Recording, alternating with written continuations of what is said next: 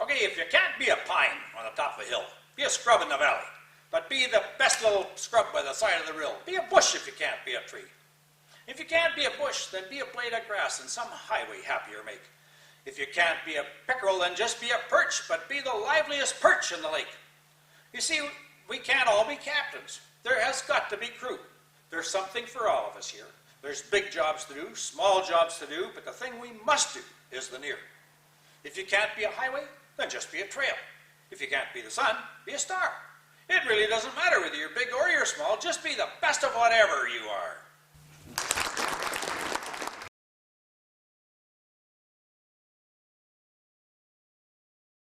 This is a story that Jimmy Dean made popular years ago.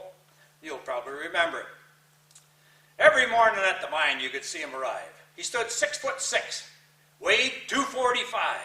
He was broad at the shoulder and narrow at the hip. Now everybody knew you didn't give no lip to Big John. Nobody really knew where John called home. He just kind of drifted into town and he stayed all alone. Didn't say very much. In fact, he was kind of quiet and shy.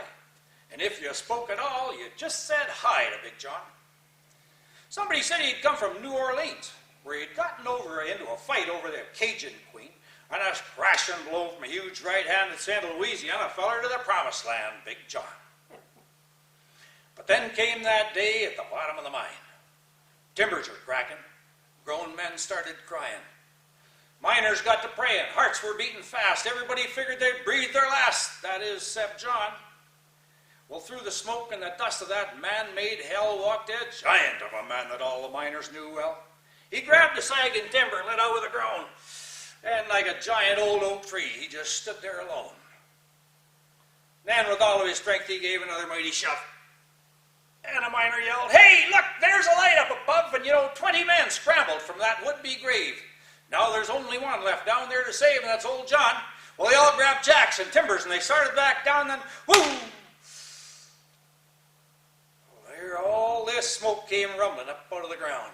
Smoke and gas belched out of that mine. Everybody knew that was the end of the line for Big John. Now they never did reopen that worthless pit. Just placed a marble stand in front of it. These few words are written on that stand.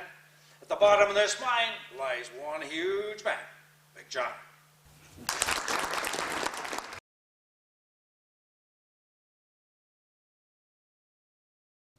If you think you're beaten, you are. If you think you dare not, you don't.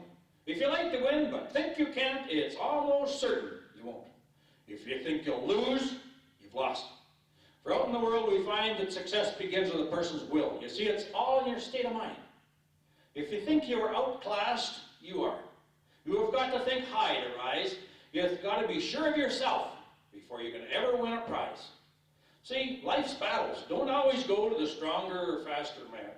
Sooner or later, the person who wins is the person who thinks that they can.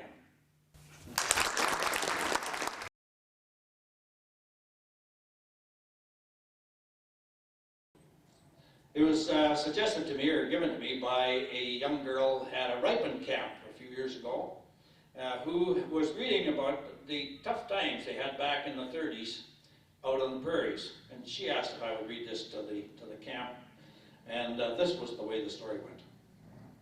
"Mighty cold on the road today," the stranger said as he entered. And he asked for a cup of coffee. The lady shook her head.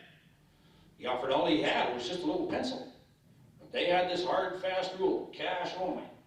So the stranger turned in his old gray coat and walked out again back into that blizzard, cold and cruel.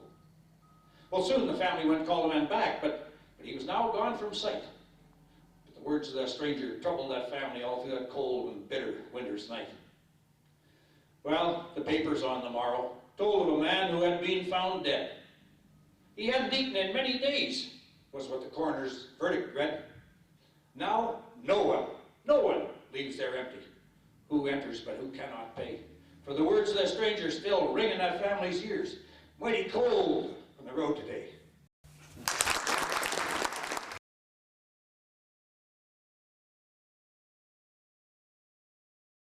The second one is called The Dash. Memorial Day was over now. The crowd was gone, and I was alone. And so I began to look at the names and the dates placed there on every headstone. Well, the name said whether it was Mom, or Dad, or sister, or baby son. The dates were all different, but the amounts were the same. There were 2 dates on every one. But it was then that they got to noticing something. It was but a simple line. It was, of course, the dash between the dates. Placed there, it stood for the time. And I got to noticing just how important was that little line. You see, the dates placed there belong to God. But that little line, that's yours and mine. For it's God who gave us this precious life, and it's God who will take it away.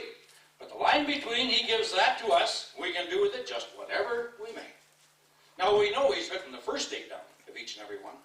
And we know whose hands is going to write again. For that last date is definitely going to come.